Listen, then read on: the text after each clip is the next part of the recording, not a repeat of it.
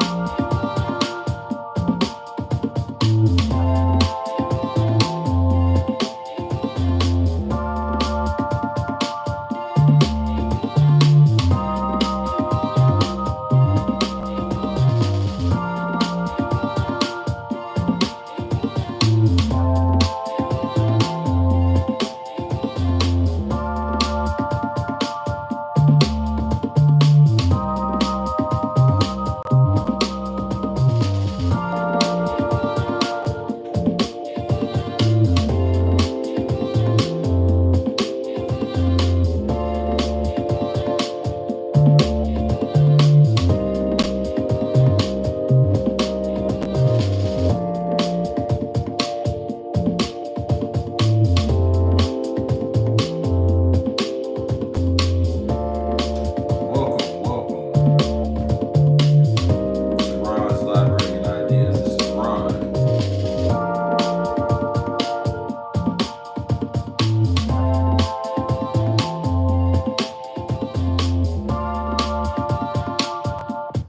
All right, I think we have a good amount of people in here now. Thank y'all for tuning in. The uh, the title of today's live is called what I call it? The Art of Not Getting Played. And it is a art to not getting played, especially with the way things are set up right now. I was listening to the Joe Budden podcast earlier today, and they were discussing what was happening or what happened in New Orleans on New Year's Eve, where that man drove his truck. I think he killed like 15 people, a bunch more injured, and they were just talking about the mental health state of Americans and why this type of stuff keeps happening and what can we do to fix it. And it was sad because they came to the conclusion, well, there's nothing we can do. And though that's one of the ways you get played, when you start to think, well, there's nothing we can do about it. But in fact, all the power lies within us. I'm of the mindset that, there's something fishy about all these attacks anyway, right? And the fact that they do it as a means of keeping us in a fearful state. They want you to feel like there's no hope, that there's nothing you can do. But if that was the case, they wouldn't have to do all these different things that they do. They wouldn't have to continue to terrorize us. So one of the tactics that they use, they're going to show you, or they're going to portray themselves as being powerful. Um, Events like the what happened in New Orleans being outside of your hands, you can't control it, and it's just this idea of divide and conquer. But if you take away the hope of the people, you have them feeling down like there's nothing we can do. That's how you start to get played. And it starts at a very early age. As soon as they put you into school, like from pre-K to high school to college and beyond, you're getting played. Hello, thank you for tuning in. Uh, and it's really based on the model of our schools. It's done on purpose. You know, Rockefeller said, I want a nation of workers, not thinkers. And he's very responsible for this model of school that we have right now. And they did that based on the Prussian model of schools. Now, Prussia was a country that got conquered by Germany. And Germany saw that as like, okay, we're going to spread our German influence, we're going to spread our German culture, and we want to bring these people into the fold. But they knew they couldn't do that with the adults because the adults had their own society set up. They came up doing their own thing.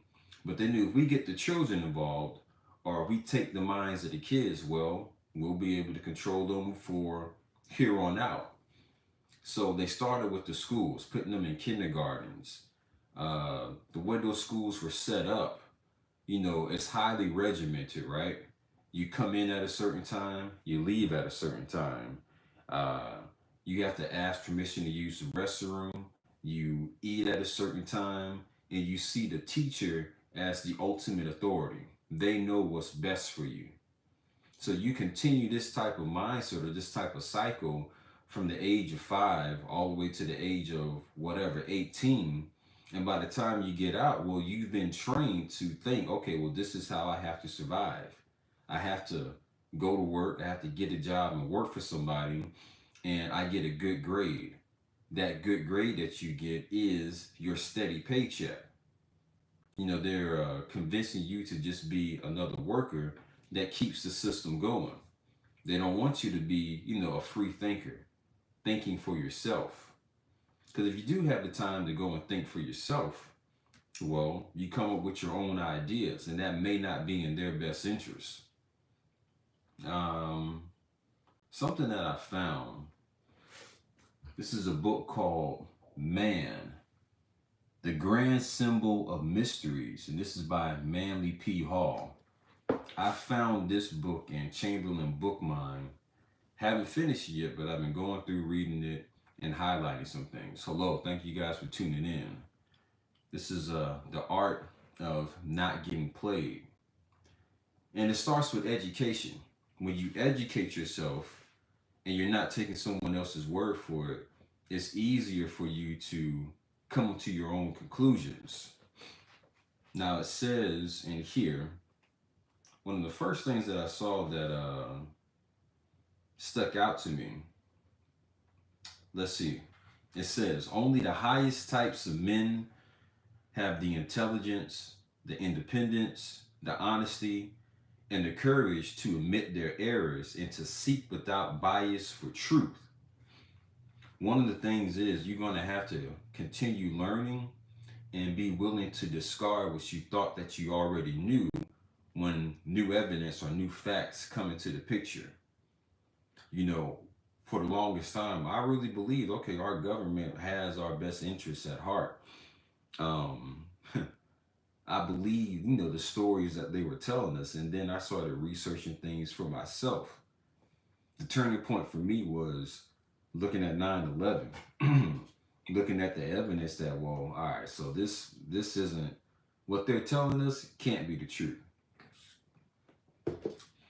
And it continues.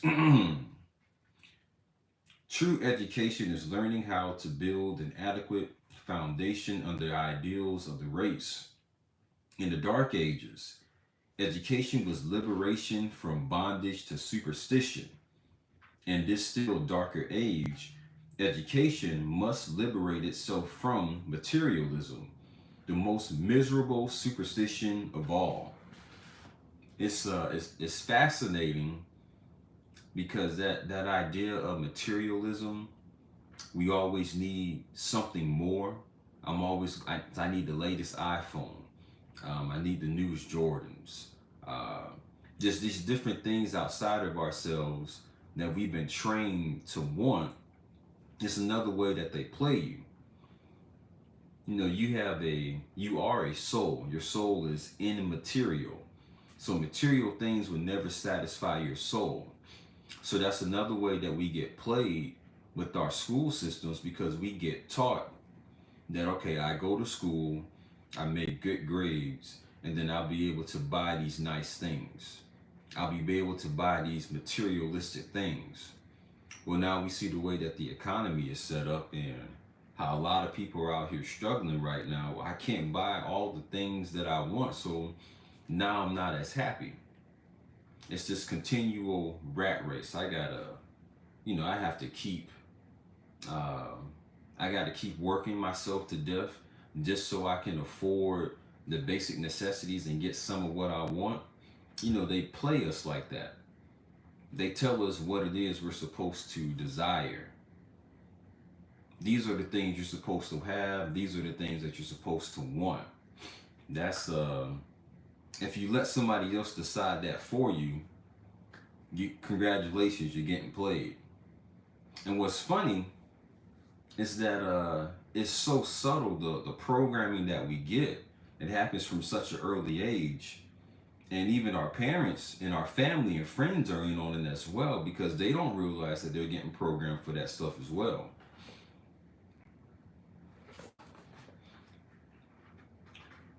Just constantly going after materialistic things is going to make you feel incomplete.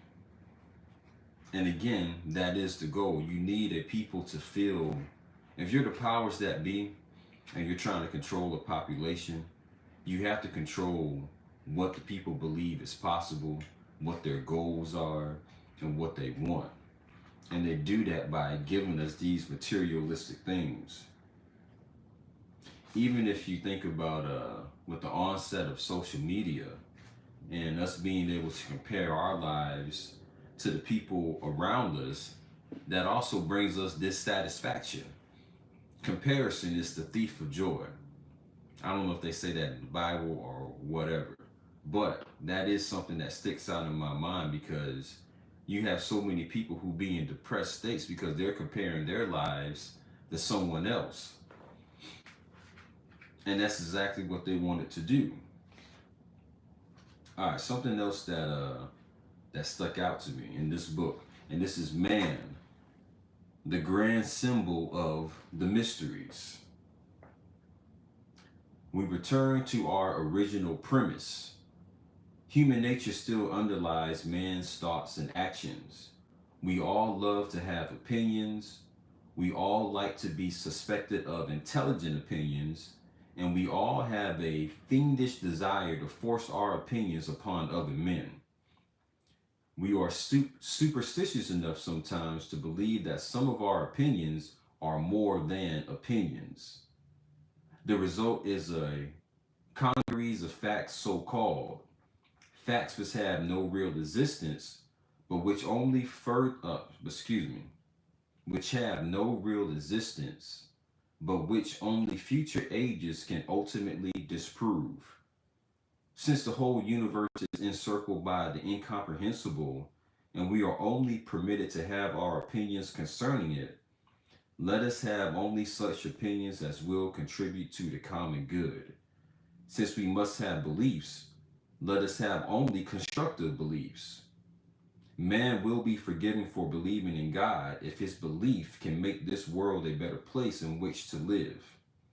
On the other hand, unbelief is inexcusable if it produces war, destruction, and death, and perverts the harmony of nature. When opinions are overemphasized and their value sense raised to that of facts, persecution inevitably follows. Religion had its opinions, resulting in the Inquisition.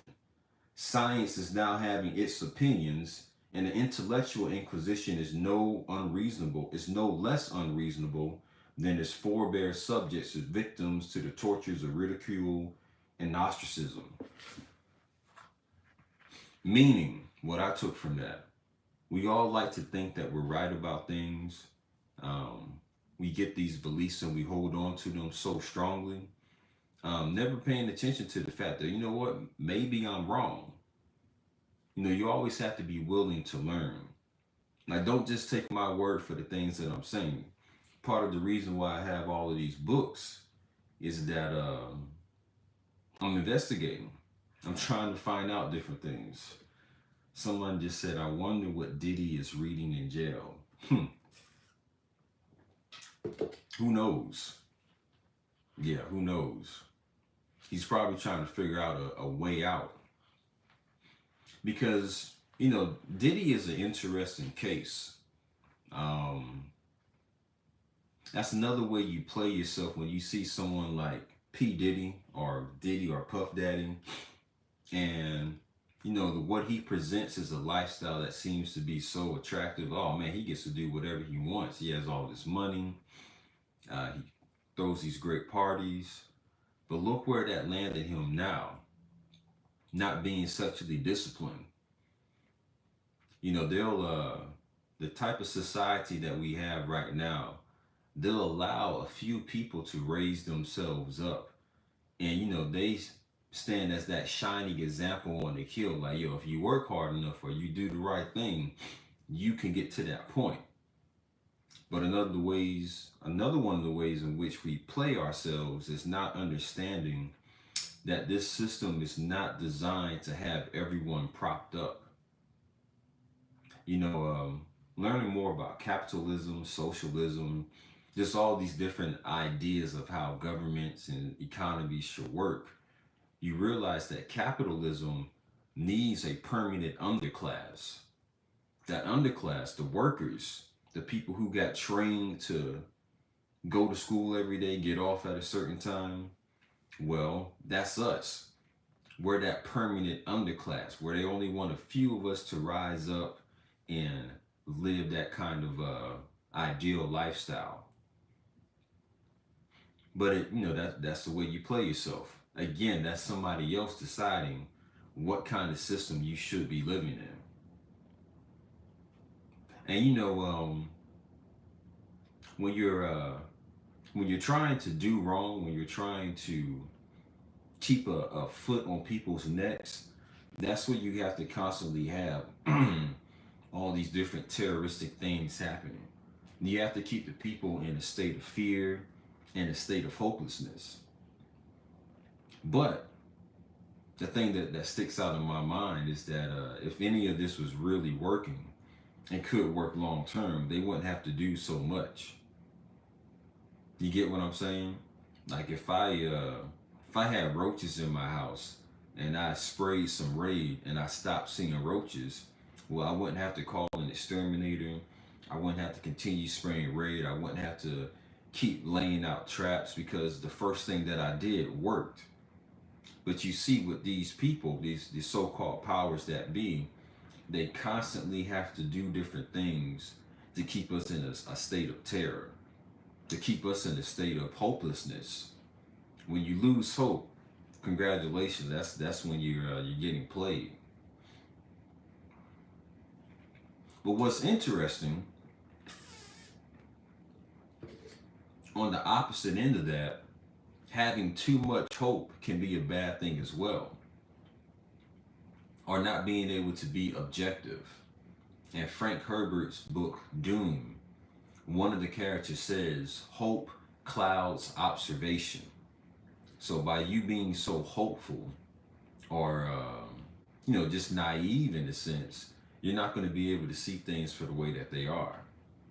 I'm riding that balance. Like, I have hope because I know things will improve, but I also know that if I don't continue learning and if I don't share this message with other people, well, then the system will continue to do what it's doing. It'll last longer than what it has to. Plebeians, yeah, that's a term that I just found out about. I just learned, and that's the everyday worker, the everyday man who's going and making this thing work. Let's see. Now, something else that stuck out to me in this book. The question is asked, should a child receive religious education in school? We would answer, certainly not sectarian instruction. Teaching religion to children at home is the general suggestion. There are disadvantages, however, in the latter idea. The average parent has neither the knowledge nor the ability to overbalance the materialism inculcated in the minds of our youth. Again, the father and mother often did not enjoy the benefits of higher education, and the children, schooled beyond their capacities, consequently develop overwhelming superiority complexes. Um, what I took from that, when I was younger in school, going through all these science classes and stuff, right? I started to think, well, is God real? That doesn't really make sense to what they're teaching me in school, what I'm learning in science. They don't put God in that at all. And you also get to the point where if your parents weren't educated past a certain level and you start to feel like you're more intelligent than your parents, then you stop listening to them. That's another one of the goals of this system.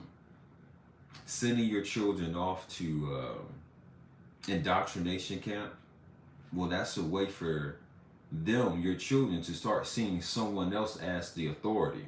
Oh, these people obviously know better than my parents. And it may not necessarily be their teachers, it can be the celebrities, the athletes, the entertainers, the quote unquote powerful people in the world, the rich. Is well, they have to know better because they have more money. Because they have more money, they have to be more intelligent than us. Congratulations, you played yourself. If you look at someone's money or their degree and you let that, determine to you, okay, this person is more intelligent than me. I used to work as a pharmacy tech uh, back when I was living in Albany. And when I was in the pharmacy, that's when I learned, doctors be making a lot of mistakes. That's when it really got, to the forefront of my mind. Because I couldn't tell you how many times a prescription came in, the pharmacist would look at it and he'd have to call the doctor and be like, hey, you already prescribed them to take this, and now you're prescribing to take this medicine, and that interacts in this way, and that's bad. And the doctor would be like, oh, okay, thanks for catching that. Had the pharmacist not been there to catch that mistake, something would have happened. That person could have died. So don't look at somebody just because they have a whole lot of degrees and think, oh, okay, well, they know better than me. Don't ever think that they know something that you can't go out and learn for yourself. It may be difficult for you to learn. It may take some time for you to learn, but it's not impossible. Let's see. Somebody just said something in the comments. Are you Ryan? No, I'm Ron. This is Ron's Library and Ideas. Thank you for tuning in. And again, the subject for today is not letting yourself get played. The art of not getting played. And that really comes down to thinking for yourself. Like I said, when I was watching the Joe Budden podcast, they came to the conclusion that, well, no, there's nothing we can do about all these tragedies that's happening in the world. And there is something that you can do. And it's going to sound like something that's cliche. It's going to sound simple, but love is a powerful thing. Love is an energy. It's a frequency that goes out. And the more love that you have in your heart and the more gratitude that you have for the things that you have, that puts out a vibration that changes this environment. Okay, hold on. Let me read this comment again. Okay, somebody says I look exactly like Ryan. Well, shout out to Ryan. Have y'all noticed that there's a whole lot of man versus woman type of ordeals going on? They make it seem like marriage is a horrible thing. Women don't know what men want. Men don't know what women want, and it's just a whole battle of the sexes going on. And I believe that's on purpose. It's this idea of divide and conquer. If I can keep you separated from your woman, well, then you're not going to be able to form a strong foundation to build a strong family that's able to overcome our influence. I think the powers that be really saw that when it came to the civil rights movement. Before integration and the welfare state, black people were getting married at a much higher clip. You had more traditional families, right? And because of that, it was producing, strong willed individuals. They got to see firsthand, oh man, look what black men and black women can accomplish when they're working together. And even if you take it beyond black men and black women, when you have the masculine and feminine working in conjunction with each other, there's great things that can be built. So they say, okay, what can we do to break this up? Well, it's another one of the ways you play yourself or you get played.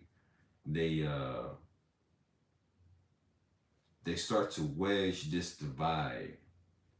They use feminism as a tool, and it's not to say that there weren't some messed up things that were happening to women that they didn't have the full rights that men have, but it got to the point to where it went from women are equal to men to the point to where women are better than men, and men start to get seen as a utility by a lot of women. And because of that, if you just see me as a utility, you just see me as a tool, well, then I just start to see you as something to satisfy my sexual nature. I start to see you as an object. All of these ideas play into each other, and it goes into that divide and conquer. Divide the man, divide the woman, and it's much easier to control the population.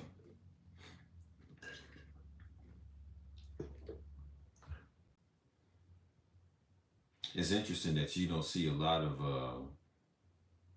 married couples, happy married couples on the internet. And I guess there's a reason for that. I've always seen in weddings, you hear the pastor say, keep people out of your business.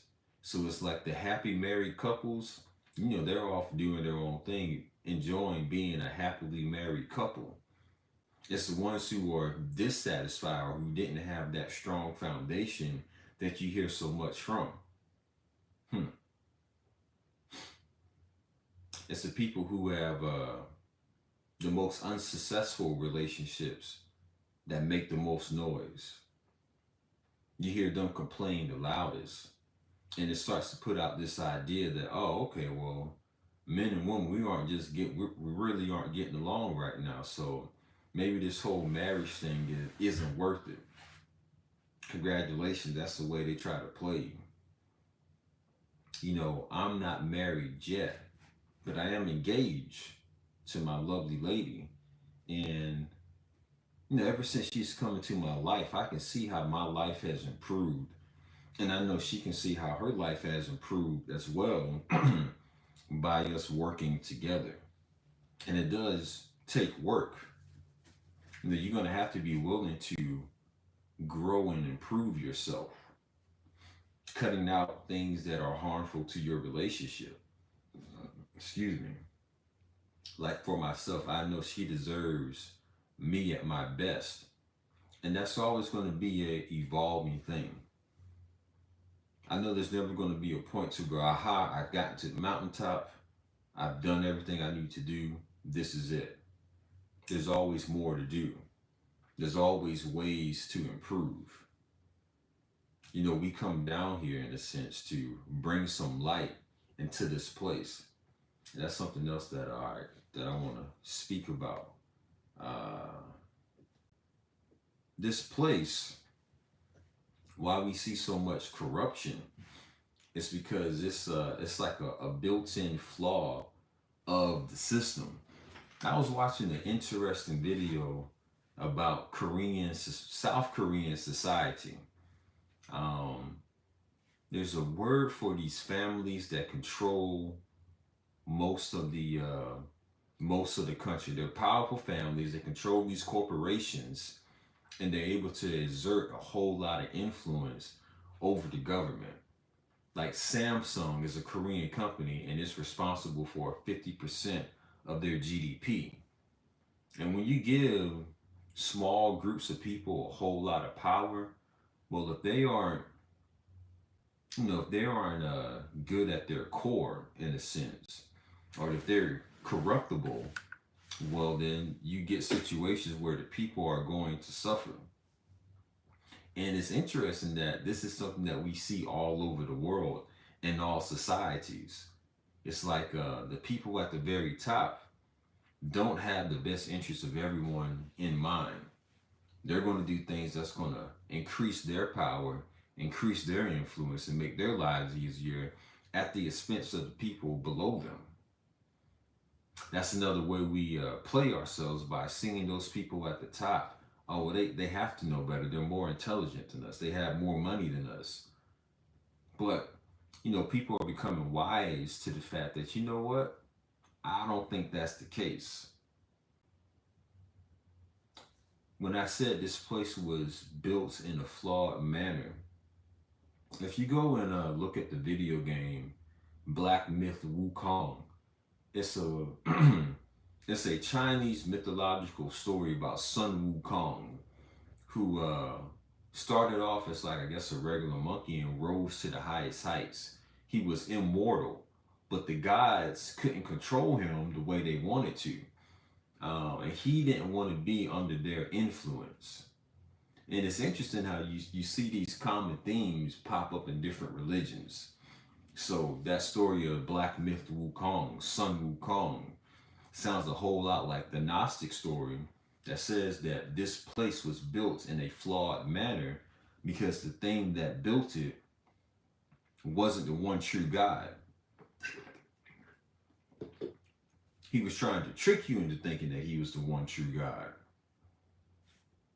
And that's why you have such horrible things that can happen down here, because it was designed that way. Bobby Hemmett has a lecture on YouTube, if you can find it, and it's called "What If God Was the Devil?" And I know that may sound sacrilegious to a lot of you guys, but think about that. They said the greatest trick the devil ever played was convincing the world that he didn't exist. But what if the greatest trick the devil ever played was convincing the world that he was God? So think about all the horrible things that have happened in the name of these religions around the world. And it's not something that's just limited to the big three, Christianity, Islam, and Judaism. It's like when you have a belief that, well, my God is the ultimate God and my way is the only way, and you have to do it this way or you're not holy, well, you can do some atrocities. It's interesting, man. Like, again, this is another way of divide and conquer. How do you not get played? Well, in my opinion, you have to go and study all of these different religions, and then you'll start to see, okay, there's some similarities here. The easiest thing in the world to me is the idea of the golden rule. Treat people how you want to be treated. Isn't that such an easy thing? If you just treated people how you wanted to be treated, what would happen if you had a world full of people living that way? But unfortunately, you have a world where people can tune into their baser instincts or their animalistic nature. And again, the powers that be, they understand this as well. Excuse me. They understand that this world was made in a flawed way. The ones who are truly in control, and they work in conjunction with that deity. And they do that because they know, okay, well, I can get rewarded while I'm down here. So let's keep the people separated. Let's keep the people focused on materialism. Let's make them feel like there is no hope, that we are all powerful. Uh, let's make them feel like we are the figures of authority. Let's make them think that we know better than they do. Let's make them live a lifestyle where they're so busy trying to pay for their basic necessities that they don't have the time to sit and think. They don't have the time to sit and think and research and figure things out. That's another reason why I feel like my channel is valuable, because I did have a period of time in my life where I really just got to sit, think, and read and contemplate. And now my idea is to share these things with you, to get you thinking about, your place in the world. Just ask questions. And more than just asking questions, well, going out and having the confidence to know that, well, I can find the answers that I need. And you don't have to buy a whole lot of books to do that. There's multiple resources for you. YouTube is a great resource. Whatever question you have, type that into the search bar and look at the videos that come up. We have public libraries all over the place. I'm sure there's a library near you and it's free. So instead of having to buy the books, you can go and check it out, borrow it from the library and read it. Take some notes. Because the quest for knowledge is something that'll never stop. There'll always be more to learn. There'll always be ways to improve yourself. And again, I think that's the purpose of us being down here. Never think you're going to get to a point, well, I've done enough. This is everything that I need to do. I've learned everything that I need to learn. I'm out.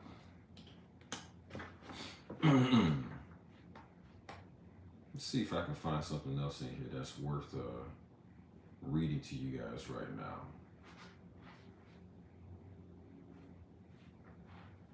And I thought I just circled something. Okay. All right. Yeah, I came across this earlier. Just opened the book. I haven't even made it this far in the book, but I opened it at random and I found this. Man is the living temple of God, and the heart is the holy of holies of that temple. Hold on.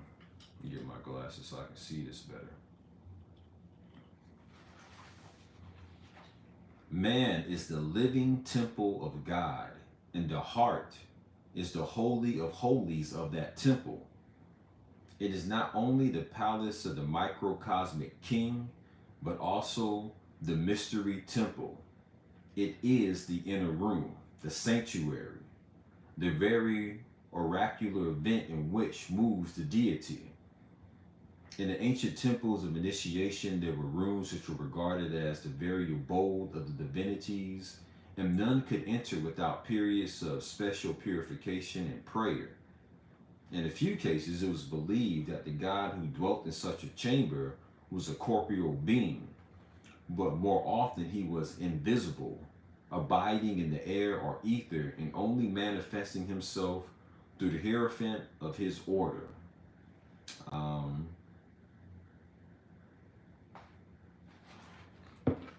Your heart should be your true mind. You see it in movies all the time. They say follow your heart. Your mind can lead you astray. But in your heart, that compassion, that's where you get that idea of, well, treat everyone how you want to be treated. I learned something from Brother Panic after Bobby Hemmett had his stroke and he came back.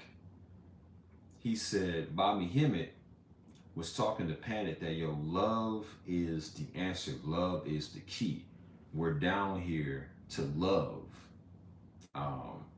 So that's my hope for you guys, to find that love within yourself, and then you can share that with someone else and be in love. It's a beautiful thing.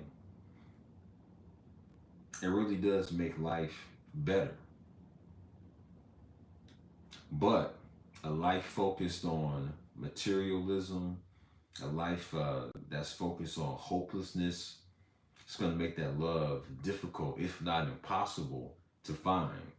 And again, that is a way you play yourself by falling into these systems that allow you to think that, well, love isn't possible. Maybe it won't happen for me. You know, what's sad is that you'll see someone you know get engaged, and there's that initial excitement, but then it starts to turn into like a sort of resentment if you don't have that same happiness for yourself, if you haven't found your person. I've seen it happen. You know, people will really be wishing for the downfall of a couple because they haven't found that happiness in their life, or they have a significant other, and you know it's not a they didn't set up a good foundation for themselves. You see a lot of people talk about just the wedding day. Oh my God, the wedding day is going to be so much fun. Oh my God, it's going to be a good time. It's going to be a party. But you don't really hear them speak that much about, well, the wedding is just one day. Marriage is like, you know, supposed to be till death do you part, the rest of your life. What are you doing to set up that foundation so you can make it through? Because it's a beautiful thing when it works. And again, this is me speaking from the outside. Like, I've seen successful marriages, and I know that's something that I want for myself. That's something that I know that I'm gonna have to work towards. It doesn't just come because you want it. Some work gonna have to go into it. And by increasing that love, having that love for yourself, sharing that love with your husband or your wife, that puts out an energy that changes this place for the better. And again, that's what they don't want. You know that that stat where they show you that 50% of all marriages fail. Like, they keep pushing that towards you. And you have to ask yourself, well, something like marriage, why is it failing so much? They'll tell you, well, it's not natural. Man wasn't meant to be monogamous. Um, all types of things, right? But I'm of the belief that it's us not living in true harmony with ourselves that makes marriage so difficult. Like I said, this idea of materialism, never being satisfied with what you have. You should listen to that J. Cole song, "Love Yours." Great song. He said there's always going to be a car out there that's better than the one that you have. There's always going to be someone who has more money than you. There's always going to be someone who has a better house than what you have. Uh, there's going to be some people, or there's going to be someone who looks better than your spouse to you, right? Excuse me. But he said you're never going to be happy till you learn to love yours, until you learn to be appreciative for the things that you have. Comparison is the thief of joy. That's another way they play you. I think I said that earlier in the video. The art of not getting played. Stop comparing your life to someone else's. Who was I talking to? We were talking about problems. Like, if I took all my problems and put it on the table, and the next person took all their problems and put it on the table, and the next person took all their problems and put it on the table, and you saw what other people were going through, you pick up your problems and be like, I'm just going to just deal with what I have.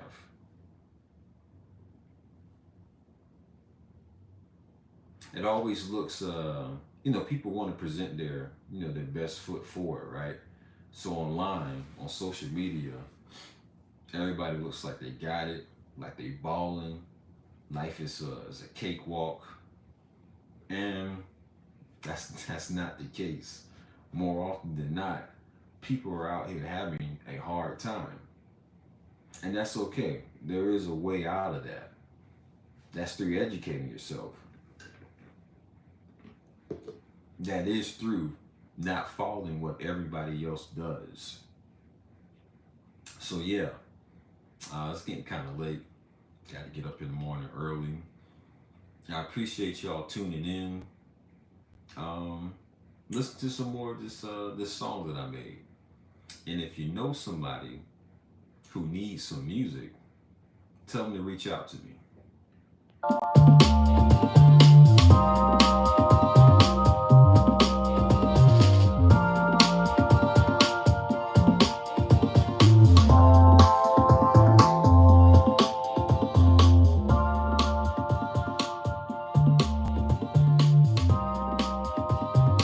Thank you guys for tuning in.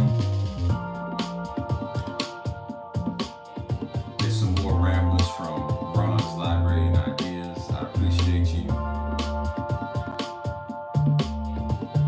If you cut some hair, yeah, I'm not cutting my hair, man.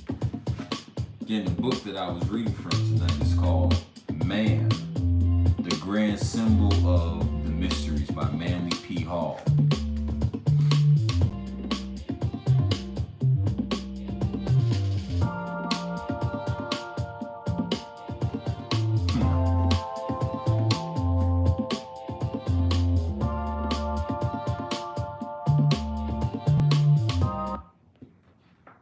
Side note, I just found something else in this book that's interesting, right?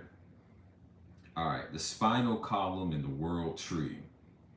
The spine is a flexible column consisting of 33 segments or vertebrae. So what's interesting is that it's called the grand symbol of the mysteries. Christ was crucified at the age of 33. And you have 33 vertebrae in your spine. This story of Christ is really a story of that Kundalini energy rising up in your body. And if I'm not mistaken, Christ was crucified at a place called Golgotha, and that means skull. So like when that Kundalini energy reaches up to the top of your skull, there's a resurrection. There's something new that happens to you. Man,